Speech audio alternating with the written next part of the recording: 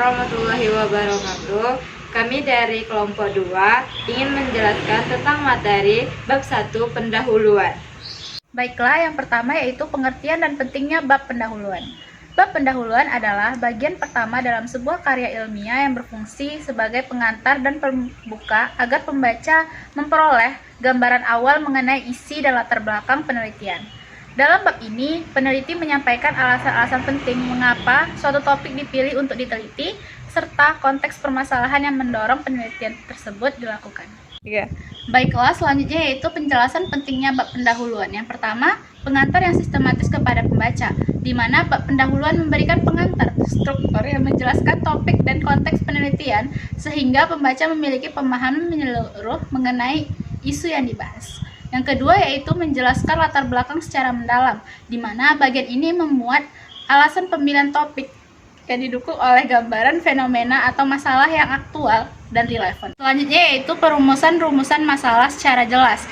Dengan merumuskan masalah, penelitian pendahuluan menetapkan batasan dan fokus riset sehingga menghindari penelitian yang melebar atau tidak fokus. Yang keempat yaitu penguraian tujuan penelitian yang terukur, di mana pendahuluan harus menjabarkan tujuan yang ingin dicapai sehingga pembaca atau pihak penguji dapat menilai relevansi dan kejelasan sasaran penelitian. Yang kelima yaitu pemaparan manfaat penelitian bagi ilmu dan masyarakat, di mana menjelaskan manfaat penelitian yang memperkuat nilai kontribusi ilmiah dan kegunaan praktis riset. Keenam yaitu pentingnya menarik perhatian pembaca dan reviewer. Pendahuluan yang baik dapat meningkatkan ketertarikan pembaca secara profesional dan akademis, termasuk editor dan reviewer jurnal. Selanjutnya yaitu kriteria pemilihan judul penelitian. Yang pertama yaitu judul harus menggambarkan isi penelitian secara jelas, di mana judul merupakan representasi dari isi penelitian yang harus mencakup topik penelitian, metode, subjek, dan konteks penelitian secara spesifik agar mempermudah pemahaman pembaca tentang fokus utama studi. Yang kedua yaitu singkat, padat, dan informatif, di mana judul penting untuk disusun dalam kalimat yang jelas dan singkat yang biasanya tidak lebih dari 12-15 kata. Yaitu memuat unsur variabel dan objek penelitian. Dalam penelitian kuantitatif, judul idealnya mencantumkan variabel yang akan dikaji. Sedangkan dalam penelitian kualitatif, judul fokus menggambarkan fenomen atau masalah yang dipelajari. Selanjutnya yaitu original dan sesuai kapasitas peneliti. Judul harus original dan tidak duplikatif. Selain itu, peneliti perlu mempertimbangkan waktu, biaya, dan sumber daya yang tersedia agar penelitian dapat diselesaikan dengan baik dan tepat waktu.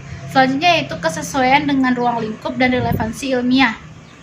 Judul juga harus mencantumkan lokasi, subjek, dan waktu penelitian sebagai batas yang jelas. Selanjutnya yaitu dasar-dasar menyusun latar belakang penelitian. Yang pertama yaitu aspek filosofis. Aspek filosofis merupakan landasan pemikiran mendasar yang menjelaskan mengapa suatu topik penting dan layak diteliti dari sudut pandang ilmu pengetahuan dan prinsip dasar yang melatar belakanginya. Pada aspek ini, peneliti mengaitkan latar belakang dengan teori atau konsep ilmiah yang relevan yang menjadikan pijakan filosofis penelitian. Yaitu aspek yuridis. Aspek yuridis menjelaskan dasar hukum, peraturan, dan kebijakan yang mendukung perlunya penelitian yang dilakukan. Selanjutnya yaitu aspek historis. Aspek historis ini memberikan konteks perkembangan masalah atau fenomena yang menjadikan konteks penelitian dari waktu ke waktu. Ini membantu menunjukkan dinamika dan relevansi masalah yang terus ada atau berkembang sehingga pantas untuk diteliti. Selanjutnya yaitu aspek empiris. Aspek empiris ini yaitu bukti konkret berupa data, fakta, dan temuan yang mendukung bagaimana masalah berkembang di lapangan dan mengapa penelitian ini sangat diperlukan. Jadi aspek ini menjadi dasar realistis mengapa penelitian itu harus dilakukan. Selanjutnya yaitu aspek teoritis. Aspek teoritis ini merupakan bagian penting dalam latar belakang penelitian yang memuat teori-teori pokok, konsep, dan hasil penelitian terdahulu yang relevan dengan topik penelitian. Selanjutnya yaitu tahapan penyusunan latar belakang masalah. Ada beberapa tahapan. Yang pertama yaitu memaparkan konteks umum dari fakta pendukung, di mana tahap pertama ini memaparkan konteks luas masalah yang diangkat dan mendukungnya dengan data, atau fakta empiris. Ini memberikan gambaran yang nyata dan relevan untuk menjelaskan mengapa topik ini penting untuk diteliti. Kedua yaitu menguraikan masalah spesifikasi yang dihadapi. Setelah gambaran umum, uraikan masalah spesifikasi yang dialami seperti rendahnya minat belajar, keterbatasan media pembelajaran atau hasil belajar yang kurang memuaskan. Selanjutnya yaitu mendeskripsikan dampak dan urgensi masalah, di mana bagian ini menjelaskan dampak negatif dari masalah terhadap pembelajaran dan pentingnya segera adanya solusi, sehingga pembaca memahami urgensi penelitian. Selanjutnya yaitu mengaitkan dengan perkembangan teori dan teknologi terbaru, di mana menghubungkan masalah dengan teori pembelajaran modern atau kemajuan teknologi yang bisa menjadi alat solusi. Untuk penelitian R&D, fase ini penting untuk menunjukkan inovasi produk yang diusulkan, yaitu mengidentifikasi kesenjangan penelitian dan praktik, di mana memberikan argumen bahwa meskipun ada penelitian yang sebelumnya masih terdapat kekurangan atau yang belum terisi sehingga penelitian ini diperlukan. Lalu yang terakhir yaitu menegaskan tujuan dan manfaat penelitian. Penutup latar belakang harus menegaskan dengan jelas tujuan penelitian dan manfaat yang diharapkan baik untuk dunia akademik maupun praktis pendidikan. Langkah-langkah mengidentifikasi masalah penelitian pendidikan. Nah, di mana langkah mengidentifikasi masalah dalam pendidikan ini memegang peranan sangat penting sebagai fondasi dalam merumuskan latar belakang. Dan di mana mengidentifikasinya itu sebagai berikut. Yang pertama itu ada menemukan atau mengenali masalah penelitian atau problem recognition. Dan di mana langkah awal ini adalah proses menemukan atau menyadari adanya permasalahan yang relevan dengan bidang pendidikan yang menjadi minat penelitian. Yang kedua itu ada memahami dan mendalami karakteristik masalah, di mana langkah ini mengkaji lebih dalam untuk memahami sifat dan karakteristik masalah tersebut, termasuk faktor yang melatar belakangi kelompok yang terkena dampak serta lingkungan yang terkait. Yang ketiga itu ada mengumpulkan data pendukung dan kajian literatur. Nah, pada tahap ini mengumpulkan data empiris dan literatur akademik untuk menguatkan pengenalan masalah yang ada serta memberikan bukti objektif bahwa permasalahan nyata dan signifikan. Baik, yang keempat itu ada mengidentifikasi kesenjangan penelitian dan memformulasikan masalah konkret, yang dimana sangat penting dalam riset akademik yang mendeteksi celah antara hasil yang ada dengan harapan sehingga masalah dirumuskan secara lebih terfokus dan operasional. Yang terakhir itu ada merumuskan problem statement yang jelas dan sistematis, yang dimana merumuskan pernyataan masalah yang jelas, sistematis dan dapat diuji menjadi pedoman utama dalam pengembangan tujuan dan metodologi penelitian, dan rumusan harus spesifik, terukur, relevan dan realistis. Itu yang ada batasan masalah dan penelitian pendidikan. Nah, batasan masalah ini merupakan pembatasan ruang lingkup permasalahan yang akan diteliti oleh peneliti untuk menghindari kajian yang terlalu luas sehingga penelitian fokus dan dapat diselesaikan dengan baik. Batasan masalah membantu menentukan area spesifik yang akan mendapatkan perhatian serta eksplorasi dalam penelitian. Pun beberapa fungsi batasan masalah. Yang pertama ada menentukan fokus penelitian supaya tidak melebar ke topik yang lain atau yang tidak relevan. Yang kedua itu ada memudahkan peneliti dalam mengumpulkan dan analisis data. Yang ketiga memberikan kejelasan kepada pembaca dan pembimbing mengenai ruang lingkup kajian. Yang keempat menjamin penelitian memiliki keterbatasan yang realistis sehingga hasilnya valid dan dapat dipertanggungjawabkan. Selanjutnya ada rumusan masalah penelitian, yang dimana pernyataan berupa pertanyaan-pertanyaan penelitian yang menggambarkan inti persoalan yang akan diteliti. Rumusan membantu mengarahkan langkah penelitian dengan fokus yang jelas dan dapat diukur. Kita menyusun rumusan masalah. Yang pertama mengacu pada latar belakang masalah, yang dimana berdasarkan fakta dan situasi yang diuraikan dalam latar belakang. Penelitian menyaring isu-isu yang penting dan relevan dari latar belakang untuk dijadikan pertanyaan penelitian. Yang kedua itu ada mendefinisikan masalah secara spesifik, di mana agar fokus penelitiannya itu yang jelas, misalnya mengarah pada variabel tertentu. Yang ketiga itu ada menuliskan rumusan masalah dalam bentuk pertanyaan.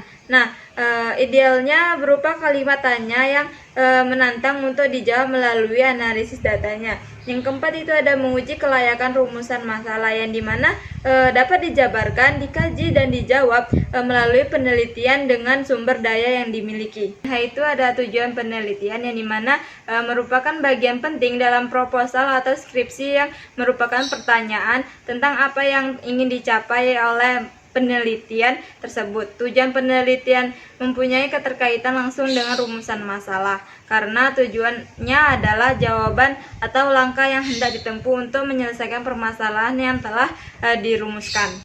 Fungsi tujuan penelitian yaitu sebagai berikut. Yang pertama ada mengarah rancangan dan metode penelitian agar sesuai sasaran. Yang kedua menjadi parameter keberhasilan penelitian dalam memberikan solusi atau pemahaman masalah. Yang ketiga memudahkan pembaca dan pembimbing memahami sasaran penelitian secara jelas dan terukur. Yang keempat menjaga fokus penelitian agar tidak melebar ke permasalahan lainnya.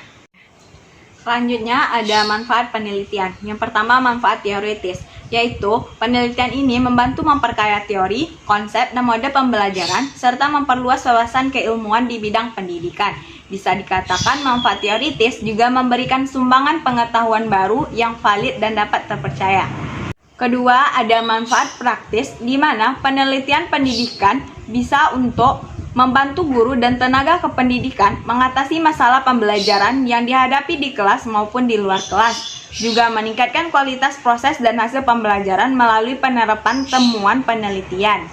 Ketiga, ada manfaat sosial dan kebijakan. Penelitian pendidikan dapat memberikan informasi yang berguna bagi pengambil kebijakan pendidikan dalam menyusun program, regulasi, dan perencanaan strategis.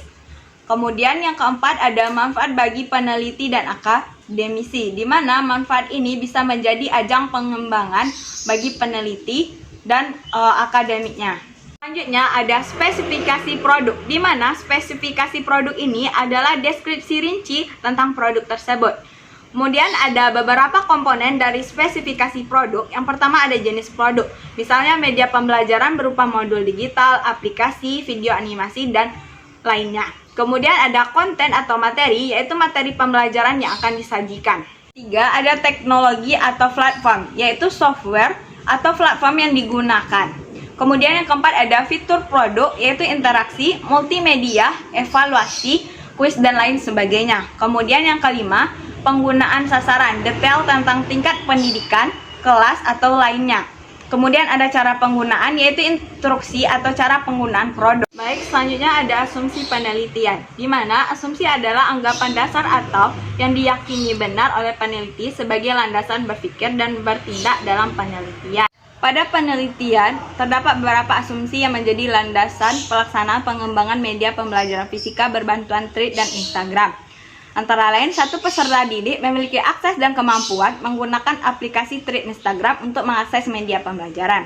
Kedua, guru dapat mengoperasikan dan membimbing peserta didik dalam menggunakan media pembelajaran yang dikembangkan. Ketiga, materi alat-alat optik sesuai dengan kurikulum kelas 11 IPA dan relevan dengan kebutuhan peserta didik. Yang keempat, data hasil belajar yang diperoleh dari pretest dan posttest mencerminkan pencapaian hasil belajar sesungguhnya setelah pemanfaatan media. Selanjutnya, ada definisi operasional variabel utama. Yang pertama, media pembelajaran berbantuan Thread Instagram, yaitu dikembangkan menggunakan aplikasi Thread Instagram yang berisi materi fisika berupa video dan gambar ilustrasi yang dapat diakses. Kemudian B, ada hasil belajar fisika, yang mana hasil belajar fisika diukur dari nilai pretest dan protes yang diberikan kepada siswa sebelum dan setelah menggunakan media pembelajaran tersebut. Dan yang terakhir ada motivasi belajar, yaitu motivasi belajar siswa diukur dengan menggunakan angket motivasi belajar yang telah diberikan kepada siswa tersebut. Yang terakhir ada kesimpulan, di mana bab 1 ini menguraikan fondasi penting dalam penyusunan penelitian pendidikan, dimulai dari latar belakang masalah yang menyajikan gambaran umum dan urgensi penelitian berdasarkan fenomena nyata serta data pendukung. Latar belakang masalah berfungsi sebagai argumen ilmiah yang mengaitkan kondisi real dan kebutuhan riset sehingga menghasilkan fokus yang jelas dan relevan. Dan selanjutnya itu juga bab ini berperan dan bermakna batasan masalah sebagai langkah penting untuk membatasi ruang lingkup penelitian agar fokus dan efektif. Diikuti dengan rumusan masalah yang merupakan pertanyaan konkret yang ingin dijawab peneliti. Baiklah, sekian penjelasan dari kelompok 2. Lebih kurangnya kami mohon maaf. Saya akhiri. Wassalamualaikum warahmatullahi wabarakatuh.